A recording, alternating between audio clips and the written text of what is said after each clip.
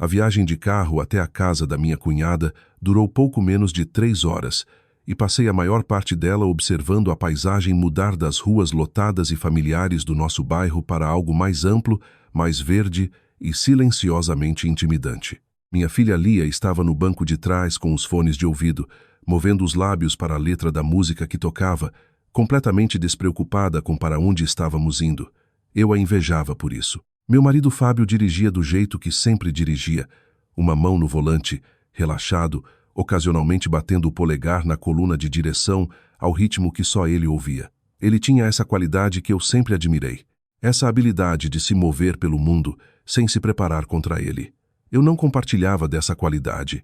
Eu estava me preparando desde terça-feira, quando o irmão dele, Maurício, ligou para confirmar que ainda estávamos indo para a festa de aniversário da Débora.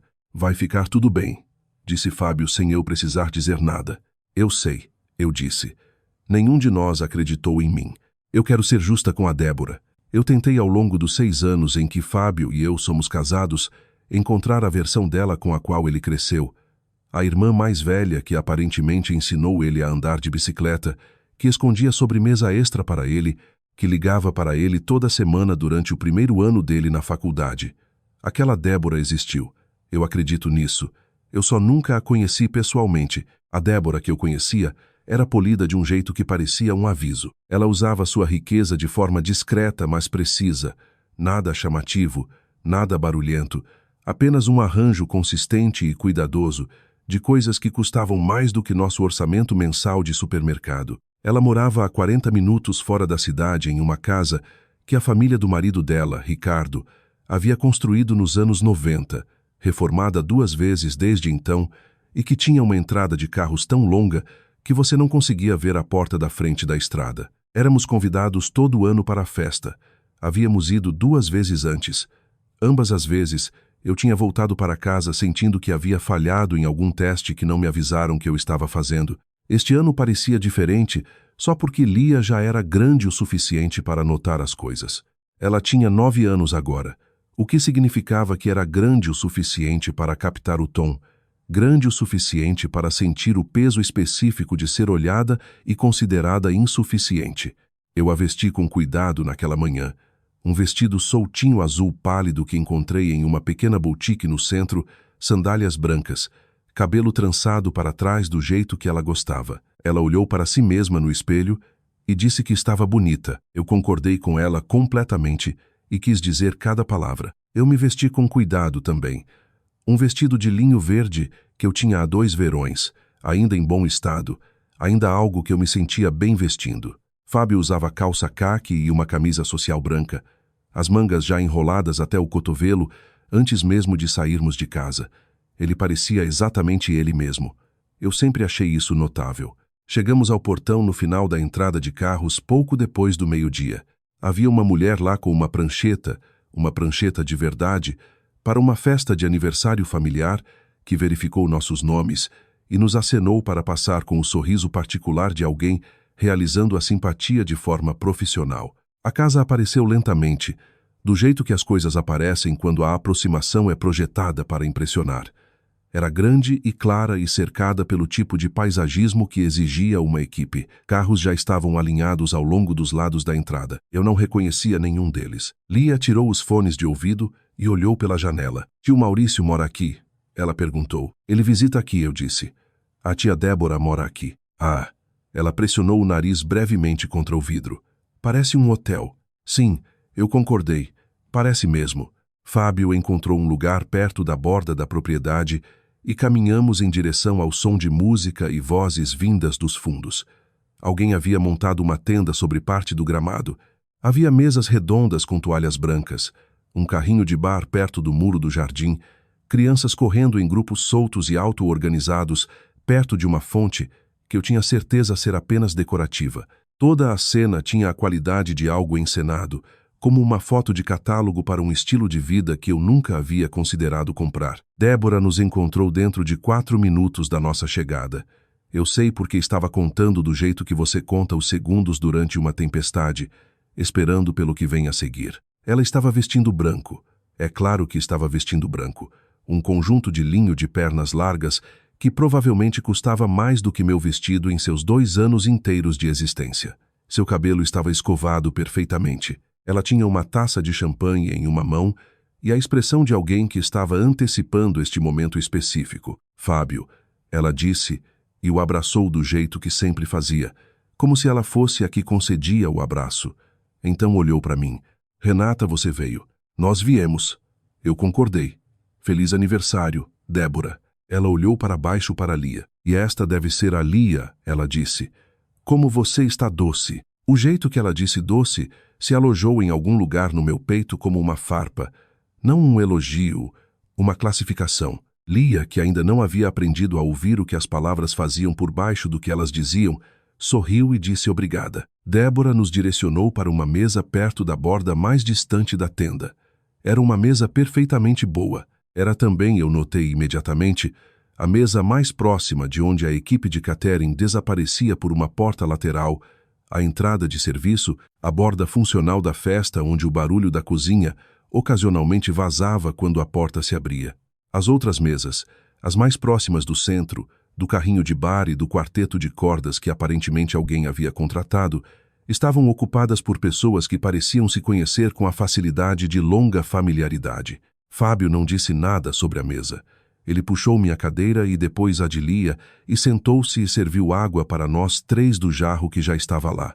Ele não estava performando paz. Ele simplesmente estava em paz do jeito específico de alguém que decidiu não dar à arrumação dos assentos a satisfação de importar. Eu ainda não havia tomado essa decisão. Maurício passou por lá nos primeiros 20 minutos e ele foi genuinamente caloroso do jeito que sempre me fazia sentir que a situação com a Débora era de alguma forma mais confusa em contraste. Ele era 3 anos mais velho que Fábio, trabalhava com planejamento urbano, tinha os mesmos olhos fáceis que o irmão. Ele abraçou Fábio por um longo tempo e se agachou para perguntar a Lia sobre sua leitura de verão com o que parecia ser interesse real. A namorada dele, Aline, sentou-se conosco por um tempo e foi gentil e engraçada e conversou com Lia sobre uma série de livros que aparentemente as duas haviam lido. Foi uma boa hora. Eu comecei a relaxar aos poucos. Então Débora voltou. Ela trouxe 2 de suas amigas com ela, o tipo de mulheres que chegam em formação, cuja presença é sempre um pouco mais alta do que o ambiente exige. Uma delas eu vagamente lembrava de uma festa anterior. A outra era nova. Elas se arranjaram ao redor da nossa mesa com a casualidade de pessoas que não consideram se sua chegada pode ser indesejada. Estávamos justamente falando, disse Débora sentando-se em uma cadeira vazia, sobre o Colégio Serra Azul. O Colégio Serra Azul era a escola particular que as filhas dela frequentavam. Isso era, eu havia aprendido, um tópico confiável. Confiável do jeito que uma estrada de uma pista é confiável. Sempre iria na mesma direção. A Chloe está fazendo intensivo de verão, disse uma das amigas. 3 semanas de imersão em francês. Elas realmente moram com famílias anfitriãs. Isso é ambicioso, disse Fábio de forma branda. É só o que elas fazem lá, disse Débora. Elas realmente as preparam. Ela olhou para Lia, que naquele momento tentava equilibrar um morango na borda do garfo. Onde a Lia estuda? Escola Municipal Água Clara, eu disse. Uma pausa, muito breve, muito deliberada. Ah, que bom, disse Débora no tom de alguém confirmando que algo é menos que bom. Escola pública. Professores bons, disse Fábio. Ela adora. Débora sorriu. Pegou sua taça de champanhe. Deixou o assunto descansar, mas não o soltou. Do jeito que você coloca algo para baixo, permanecendo perto o suficiente para pegar de volta. As filhas dela vieram alguns minutos depois, chamadas por algum gesto que eu não captei. Valentina tinha 11 anos e Pietra tinha 7, e elas estavam vestidas de forma idêntica de um jeito que sugeria coordenação, em vestidos amarelo pálido com detalhes rendados que mesmo eu podia ver que eram caros. Elas ficaram com a postura de crianças que haviam ido a suficientes dessas coisas para saber como se apresentar. Pietra olhou para Lia. Lia olhou para Pietra. Oi, disse Lia. Oi, disse Pietra. E então, com a sinceridade devastadora de uma criança de 7 anos que havia absorvido completamente o ambiente dela, ela apontou para o vestido de Lia e disse: minha mãe disse que essa marca é de uma loja comum. A mesa ficou quieta do jeito específico que significa que todo mundo ouviu. Eu observei o rosto de Lia. Observei o momento em que ela entendeu que algo havia acontecido, que ela havia sido pesada, e o veredito não foi favorável mesmo que ela não conseguisse nomear o mecanismo. Sua expressão não desmoronou exatamente. Ela era composta demais para isso. Sempre foi uma criança que processava as coisas para dentro primeiro. Mas suas mãos pararam. O morango caiu do garfo. Fábio colocou o copo para baixo. Ele olhou para Pietra com a atenção calma de alguém que tem todo o tempo do mundo. Então olhou para Débora. Acho que você deve um pedido de desculpas para minha filha. Ele disse, não alto, não com calor, com a precisão de alguém que mediu exatamente o que era necessário e estava entregando exatamente aquilo, nada mais, nada menos. O sorriso de Débora não vacilou, mas algo por trás dele mudou. A Pietra estava só fazendo uma observação, ela disse. Ela estava repetindo algo que ouviu de você, disse Fábio. O que significa que o pedido de desculpas também deve vir de você. Uma das amigas olhou para o lado. Maurício, que havia voltado para a mesa durante tudo isso, estava muito imóvel. Débora colocou sua taça de champanhe para baixo. Fábio, eu realmente não acho. Nós dirigimos 3 horas, ele disse. Nós sentamos nesta mesa. Nós fomos gentis. Ele olhou para Lia, que o observava com olhos arregalados. Ela tem 9 anos, Débora. O silêncio que se seguiu durou tempo suficiente para se tornar uma declaração. Débora não se desculpou. Isso me disse tudo o que eu não tinha certeza antes. Fábio se virou para Lia. Ele estendeu a mão e ajustou a alça do vestido dela com uma mão. Um pequeno gesto sem pressa, deliberado. Você está linda, ele disse. Você sempre teve excelente gosto. O queixo de Lia subiu cerca de 1/4 de polegada. Foi o suficiente. Eu empurrei minha cadeira para trás. Acho que vamos embora, eu disse. Mantive minha voz uniforme. Eu não estava performando compostura. Eu realmente a sentia do jeito que às vezes chega quando a coisa que você temia finalmente aconteceu e se provou suportável. Obrigada por nos receber, Débora. Maurício nos acompanhou até o carro. Ele abraçou Fábio e pareceu angustiado e disse algo quieto que eu não consegui ouvir. Ele se agachou na frente de Lia. Seu vestido está ótimo, ele disse. Quero que você saiba disso. Eu sei, disse Lia. E a festa tinha morangos realmente bons, aliás. Maurício riu. Foi o único som genuíno que ouvi a tarde toda. Dirigimos de volta pelo mesmo caminho, a casa desaparecendo atrás de nós do mesmo jeito lento que havia aparecido, gradualmente, sem drama. Lia tinha os fones de ouvido de volta nos primeiros 10 minutos. Eu observei as árvores substituírem o paisagismo bem cuidado pela janela do passageiro. Você está bem? Fábio me perguntou. Sim, eu disse. E desta vez eu acreditei. Pensei em Lia na mesa, o momento em que as mãos dela pararam, o morango caindo, e então pensei no 1/4 de polegada que o queixo dela subiu quando o pai dela disse que ela era linda. Pensei em como aqueles 2 momentos viveriam nela, ambos, e qual ela lembraria por mais tempo. Eu conhecia crianças. Eu sabia como a memória funcionava aos 9 anos. Ela lembraria do queixo. 2 dias depois da festa, Maurício ligou para Fábio. Eu estava na cozinha e pude ouvir um lado da conversa, principalmente sons de escuta e palavras ocasionais. Quando Fábio entrou, ele colocou o telefone no balcão e ficou lá por um momento. A Débora teve uma conversa com a Pietra, ele disse. Aparentemente ficou desconfortável. A Pietra chorou. Eu servi café e não disse nada. Maurício disse que ela está em um espaço de cabeça difícil desde que saímos. Alguns dos outros convidados fizeram comentários antes mesmo de chegarmos ao portão. Pensei na mulher com a prancheta. Pensei na mesa perto da entrada da cozinha. Pensei na palavra doce com uma farpa nela. Como está a Lia? Ele perguntou. Pensei na minha filha naquela manhã, comendo cereal e lendo um livro que ela havia levado para a mesa, pernas balançando, completamente absorvida, cabelo ligeiramente bagunçado, vestindo uma camisa com uma pequena estampa de morango no bolso que ela mesma havia escolhido em uma loja que não exigia reservas. Ela está perfeita, eu disse. E a coisa sobre aquela resposta, a coisa que eu entendia mais claramente do que nunca antes, sentada na minha própria cozinha com meu café esquentando nas mãos, era que não tinha nada a ver com o vestido ou a escola, ou o comprimento da entrada de carros, ou o posicionamento da mesa perto da porta da cozinha. Tinha a ver com o queixo, o 1/4 de polegada, o jeito como uma criança aprende quem ela é, não das pessoas que tentam diminuí-la, mas das pessoas que ficam na sala e se recusam a deixar a diminuição se estabelecer. Eu costumava me preocupar, antes de festas como aquela, com o que não tínhamos, o carro certo, as etiquetas certas, a escola certa com o nome certo que abria as portas certas. Eu ficava na frente do meu armário e fazia cálculos sobre que impressão eu era capaz de causar e se seria suficiente. Eu não fazia mais isso. Ou melhor, eu entendia agora que eu tinha calculado a coisa errada completamente. A coisa certa para calcular é mais simples e mais difícil, e não tem nada a ver com nenhuma loja, comum ou não. É o que você diz quando as mãos da sua filha de 9 anos param. É quão rápido você diz. É se ela ouve por baixo das palavras que a medida que está sendo aplicada a ela não é uma que ela é obrigada a aceitar. Lia havia ouvido. Eu a observei ouvir. Aquilo era a coisa com a qual eu voltei para casa, passando pelo portão e descendo a longa estrada, e de volta para a paisagem que eu reconhecia, a que não exigia uma prancheta para entrar.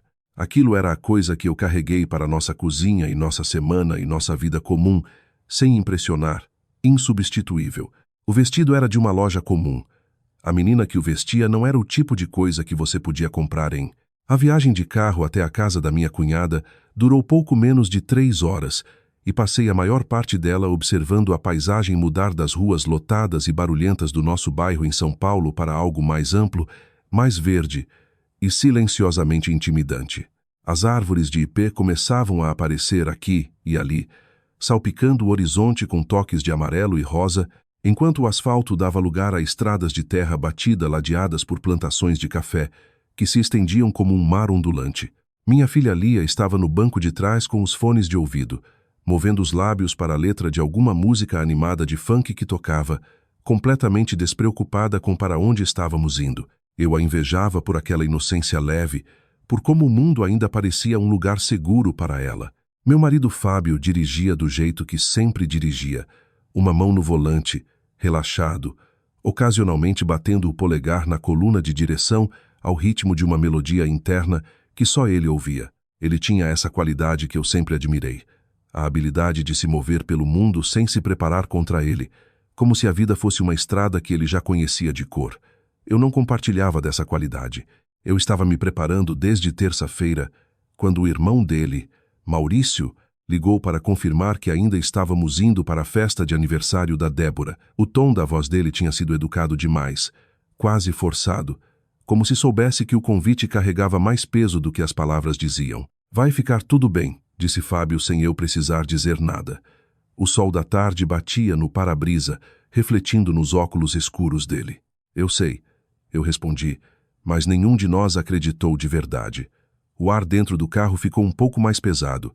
Eu queria ser justa com a Débora. Ao longo dos 6 anos em que Fábio e eu éramos casados, eu tinha tentado encontrar a versão dela com a qual ele cresceu, a irmã mais velha, que aparentemente ensinou ele a andar de bicicleta nas ruas estreitas de Campinas, que escondia sobremesa extra de brigadeiro para ele depois do jantar, que ligava toda semana durante o primeiro ano dele na faculdade só para ouvir a voz dele. Aquela Débora existiu. Eu acreditava nisso com todo o coração. Eu só nunca a tinha conhecido pessoalmente. A Débora que eu conhecia era polida de um jeito que parecia um aviso silencioso, um muro invisível. Ela usava sua riqueza de forma discreta, mas precisa. Nada chamativo, nada barulhento, apenas um arranjo consistente e cuidadoso de coisas que custavam mais do que nosso orçamento mensal inteiro no supermercado, joias sutis, tecidos importados, um relógio que brilhava só o suficiente para lembrar quem mandava. Ela morava a 40 minutos fora da cidade, em uma casa que a família do marido dela, Ricardo, havia construído nos anos 90, reformada 2 vezes desde então, com piscinas infinity e jardins tropicais. A entrada de carros era tão longa que você não conseguia ver a porta da frente da estrada principal, cercada por portões altos de ferro forjado com o brasão da família. Éramos convidados todo ano para a festa de verão. Havíamos ido 2 vezes antes. Ambas as vezes eu tinha voltado para casa com uma sensação de derrota, como se tivesse falhado em um teste que ninguém me avisara que eu estava fazendo. Este ano parecia diferente só porque Lia já era grande o suficiente para notar as coisas. Ela tinha 9 anos agora, o que significava que era grande o suficiente para captar o tom das vozes, grande o suficiente para sentir o peso específico de ser olhada e considerada insuficiente. Eu a vesti com cuidado naquela manhã. Um vestido soltinho azul pálido que encontrei em uma pequena boutique no centro da cidade, sandálias brancas simples, cabelo trançado para trás do jeito que ela gostava, com uma fita azul combinando. Ela olhou para si mesma no espelho do quarto pequeno e disse, com os olhos brilhando, "Mamãe, eu estou bonita mesmo?" Eu concordei com ela completamente, quis dizer cada palavra, e dei um beijo na testa dela. Eu me vesti com cuidado também. Um vestido de linho verde que eu tinha há 2 verões, ainda em bom estado, ainda algo que me fazia sentir bem comigo mesma. Fábio usava calça caque e uma camisa social branca, as mangas já enroladas até o cotovelo antes mesmo de sairmos de casa, como se o conforto fosse a única regra que ele seguia. Ele parecia exatamente ele mesmo. Eu sempre achei isso notável, quase mágico. Chegamos ao portão no final da entrada de carros, pouco depois do meio-dia. Havia uma mulher lá com uma prancheta de verdade, para uma festa de aniversário familiar, que verificou nossos nomes com um sorriso profissional, daqueles que dizem, "Sejam bem-vindos, mas saibam o lugar de vocês." Ela acenou para passarmos. A casa apareceu lentamente, do jeito que as coisas aparecem quando a aproximação é projetada para impressionar. Grande, clara, cercada por um paisagismo impecável que exigia uma equipe inteira de jardineiros. Carros de luxo já estavam alinhados ao longo dos lados da entrada, eu não reconhecia nenhum deles. Lia tirou os fones de ouvido e colou o rosto na janela.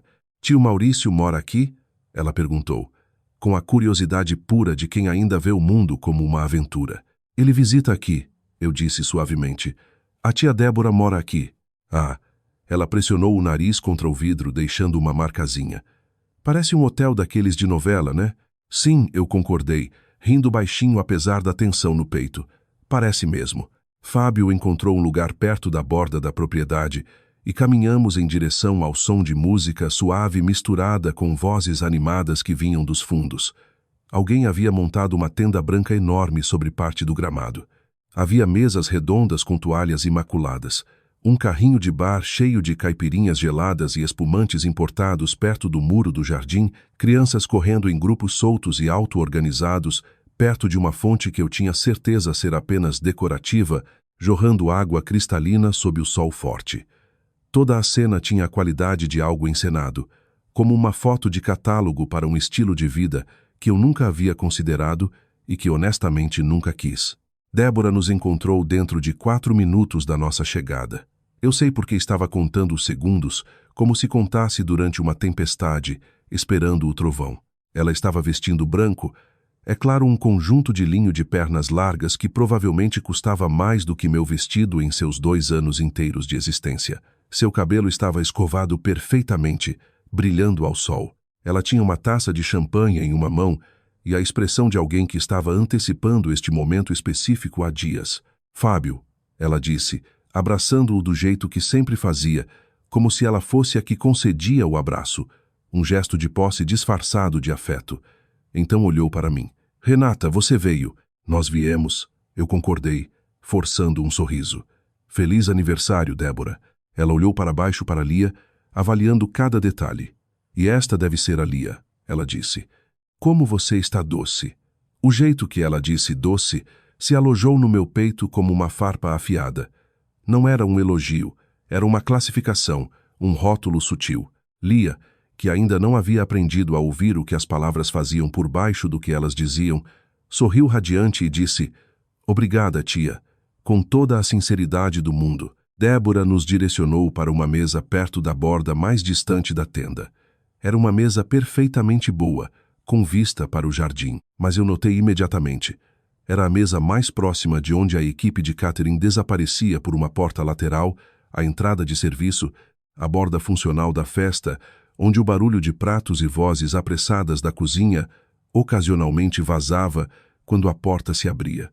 As outras mesas, mais próximas do centro, do carrinho de bar e do quarteto de cordas que alguém havia contratado, estavam ocupadas por pessoas que pareciam se conhecer com a facilidade de longa familiaridade, risadas fáceis, toques no ombro, histórias compartilhadas. Fábio não disse nada sobre a mesa. Ele puxou minha cadeira, depois a de Lia, sentou-se e serviu água gelada para nós 3 do jarro que já estava lá. Ele não estava performando paz. Ele simplesmente estava em paz, do jeito específico de alguém que decidiu não dar à arrumação dos assentos a satisfação de importar. Eu ainda não havia tomado essa decisão. Meu coração batia um pouco mais rápido. Maurício passou por lá nos primeiros 20 minutos e ele foi genuinamente caloroso, do jeito que sempre me fazia sentir que a situação com a Débora era ainda mais confusa em contraste. Ele era 3 anos mais velho que Fábio, trabalhava com planejamento urbano na prefeitura, tinha os mesmos olhos fáceis e sorridentes do irmão. Ele abraçou Fábio por um longo tempo, batendo nas costas dele como se recuperasse um pedaço de casa. Depois se agachou para perguntar a Lia sobre sua leitura de verão com interesse real, rindo quando ela contou sobre o livro de aventuras que estava devorando. A namorada dele, Aline, sentou-se conosco por um tempo e foi gentil, engraçada, conversando com Lia sobre uma série de livros de fantasia que as duas haviam lido. Foi uma boa hora. Eu comecei a relaxar aos poucos, sentindo os ombros baixarem, o nó no estômago afrouxando. O sol aquecia a tenda, o cheiro de churrasco e frutas frescas pairava no ar. Então Débora voltou.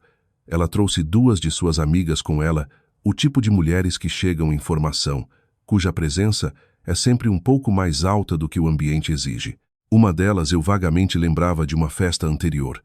A outra era nova, com um colar de pérolas que brilhava como um aviso. Elas se arranjaram ao redor da nossa mesa, com a casualidade de pessoas que não consideram se sua chegada pode ser indesejada. Estávamos justamente falando, disse Débora, sentando-se em uma cadeira vazia e cruzando as pernas com elegância, sobre o Colégio Serra Azul. O Colégio Serra Azul era a escola particular que as filhas dela frequentavam. Isso era, eu havia aprendido, um tópico confiável. Confiável do jeito que uma estrada de uma pista só é confiável. Sempre ia na mesma direção, sem saída. A Chloe está fazendo o intensivo de verão, disse uma das amigas, inclinando-se para a frente. 3 semanas de imersão em francês. Elas realmente moram com famílias anfitriãs em Paris. Imagine só.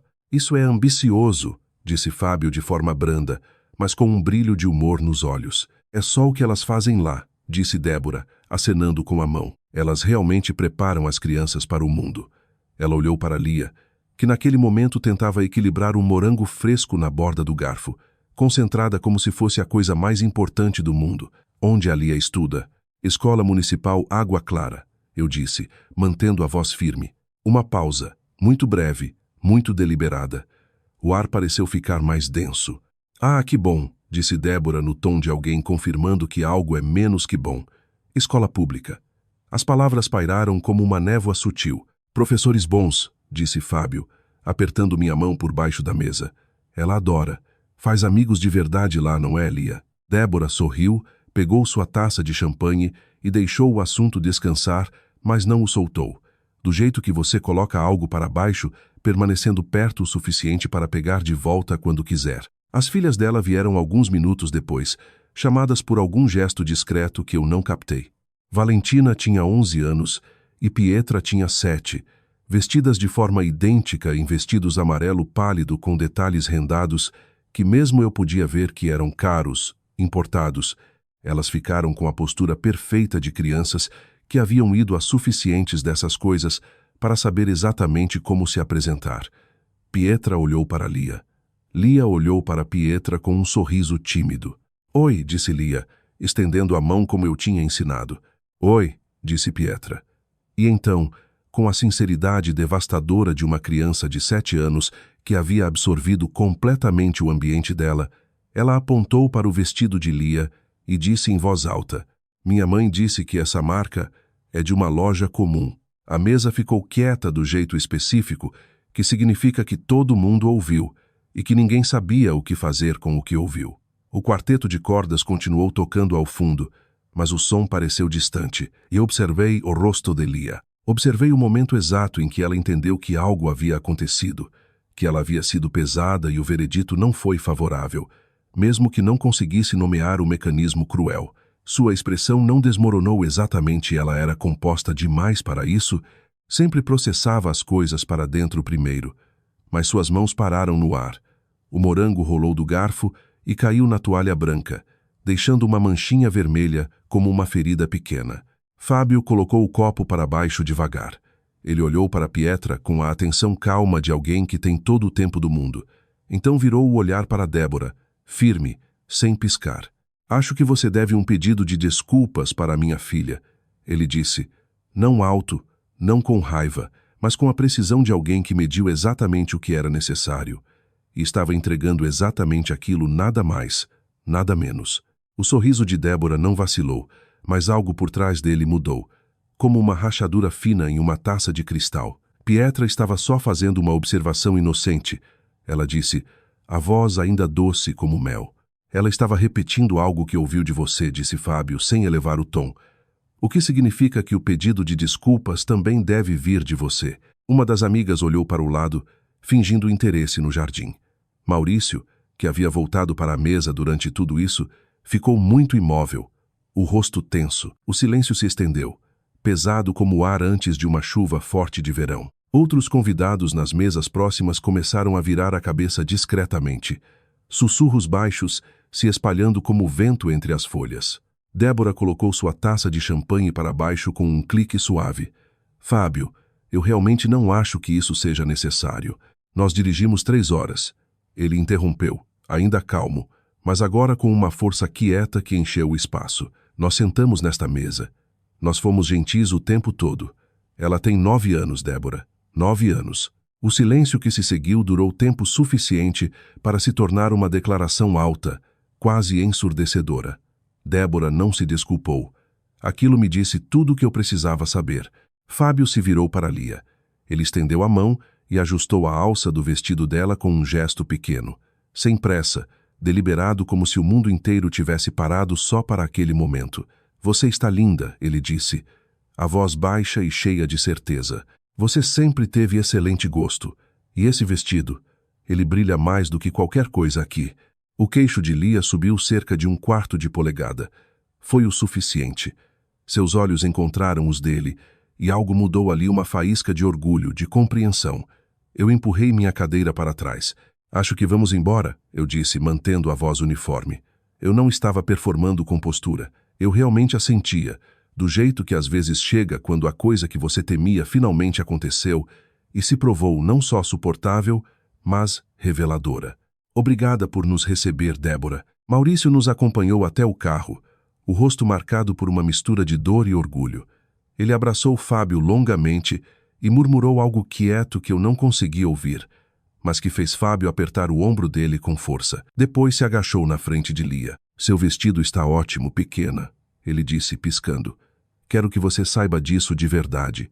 E os morangos da festa eram bons, mas os de casa são melhores, né? Eu sei, disse Lia, com um sorriso pequeno, mas genuíno. E a festa tinha morangos realmente bons, aliás. Mas o papai é o melhor de todos. Maurício riu, foi o único som genuíno que ouvi a tarde toda, leve e liberador. Dirigimos de volta pelo... Lia tinha os fones de ouvido de volta nos primeiros 10 minutos, mas desta vez ela cantava baixinho, a voz mais confiante. Eu observei as árvores substituírem o paisagismo impecável pela janela do passageiro, o verde selvagem do Brasil tomando conta novamente. Você está bem? Fábio me perguntou, estendendo a mão para apertar a minha. Sim, eu disse. E desta vez eu acreditei com cada fibra do meu ser. Chegamos em casa quando o sol já começava a baixar, pintando o céu de laranja e rosa sobre os prédios do bairro. Lia correu para dentro, tirou as sandálias e se jogou no sofá. Fábio e eu preparamos um jantar simples: arroz, feijão e um pouco de carne que tínhamos no freezer. Enquanto comíamos na mesa da cozinha, Lia de repente parou o garfo no ar e olhou para o pai. Papai, quando a Pietra disse aquilo, eu me senti pequena. Mas quando você falou, eu me senti grande, como se ninguém pudesse me diminuir. Fábio sorriu, os olhos úmidos de emoção. É exatamente isso, filha. Ninguém pode, nem com palavras, nem com olhares. Você é maior do que qualquer loja, qualquer escola, qualquer festa chique. Ele a puxou para um abraço apertado, e eu vi o queixo dela subir de novo daquela mesma forma sutil, mas agora com uma luz nova, como se aquela lição tivesse criado raízes profundas. 2 dias depois da festa, Maurício ligou para Fábio. Eu estava na cozinha preparando o café e pude ouvir um lado da conversa. sons de escuta, palavras ocasionais. Quando Fábio entrou, ele colocou o telefone no balcão e ficou lá por um momento, respirando fundo. Débora teve uma conversa com a Pietra, ele disse. Aparentemente ficou desconfortável. Pietra chorou. E Débora? Ela admitiu que exagerou. Alguns dos outros convidados fizeram comentários antes mesmo de chegarmos ao portão sobre a mesa sobre nós. Ela está em um espaço difícil desde que saímos. Maurício disse que ela até mencionou que talvez tenha sido injusta. Eu servi o café, o vapor subindo como uma névoa de alívio. Pensei na mulher com a prancheta, na mesa perto da entrada da cozinha, na palavra doce, carregada de farpa. Como está a Lia? Ele perguntou. Pensei na minha filha naquela manhã, comendo cereal, lendo o livro que ela havia levado para a mesa, pernas balançando animadas, cabelo ligeiramente bagunçado, vestindo uma camisa simples com uma pequena estampa de morango no bolso que ela mesma havia escolhido em uma loja comum, sem reservas. Ela está perfeita, eu disse, e minha voz saiu firme, cheia de orgulho. E a coisa sobre aquela resposta, a coisa que eu entendia mais claramente do que nunca antes, sentada na minha própria cozinha com o café esquentando nas mãos, era que não tinha nada a ver com o vestido, com a escola, com o comprimento da entrada de carros ou com o posicionamento da mesa perto da porta da cozinha. Tinha a ver com o queixo, com aquele quarto de polegada que subiu quando o pai dela disse que ela era linda. Tinha a ver com o jeito como uma criança aprende quem ela é. Não das pessoas que tentam diminuí-la com olhares e palavras afiadas, mas das pessoas que ficam na sala, firmes como raízes de ipê, e se recusam a deixar a diminuição se estabelecer. Eu costumava me preocupar, antes de festas como aquela, com o que não tínhamos o carro certo, as etiquetas certas, a escola certa com o nome certo que abria as portas certas. Eu ficava na frente do meu armário e fazia cálculos infinitos sobre a impressão que eu era capaz de causar e se seria suficiente. Eu não fazia mais isso, ou melhor, eu entendia agora que eu tinha calculado a coisa errada completamente. A coisa certa para calcular é mais simples e mais difícil ao mesmo tempo e não tem nada a ver com nenhuma loja, comum ou não. É o que você diz quando as mãos da sua filha de 9 anos param no ar. É quão rápido você diz. É se ela ouve por baixo das palavras que a medida que está sendo aplicada a ela não é uma que ela é obrigada a aceitar porque ela vale mais do que qualquer veredito de uma festa. Lia havia ouvido. Eu a observei ouvir, vi o momento em que a semente de confiança plantada por Fábio começou a florescer. E aquilo era a coisa com a qual eu voltei para casa, passando pelo portão alto e descendo a longa estrada, de volta para a paisagem que eu reconhecia a que não exigia prancheta, nem convite, nem aprovação. Aquilo era a coisa que eu carreguei para nossa cozinha, para nossa semana, para nossa vida comum, sem impressionar, mas insubstituível e cheia de luz. O vestido era de uma loja comum, mas a menina que o vestia, ela era o tipo de coisa que você não podia comprar em lugar nenhum. Ela era única, forte e inteira. E naquele momento, eu soube que nada, nem ninguém jamais poderia tirar isso dela. O mundo podia tentar, mas nossa família sempre estaria lá para lembrar quem ela realmente era. E isso, mais do que qualquer festa grandiosa, era o verdadeiro final feliz. Lugar nenhum.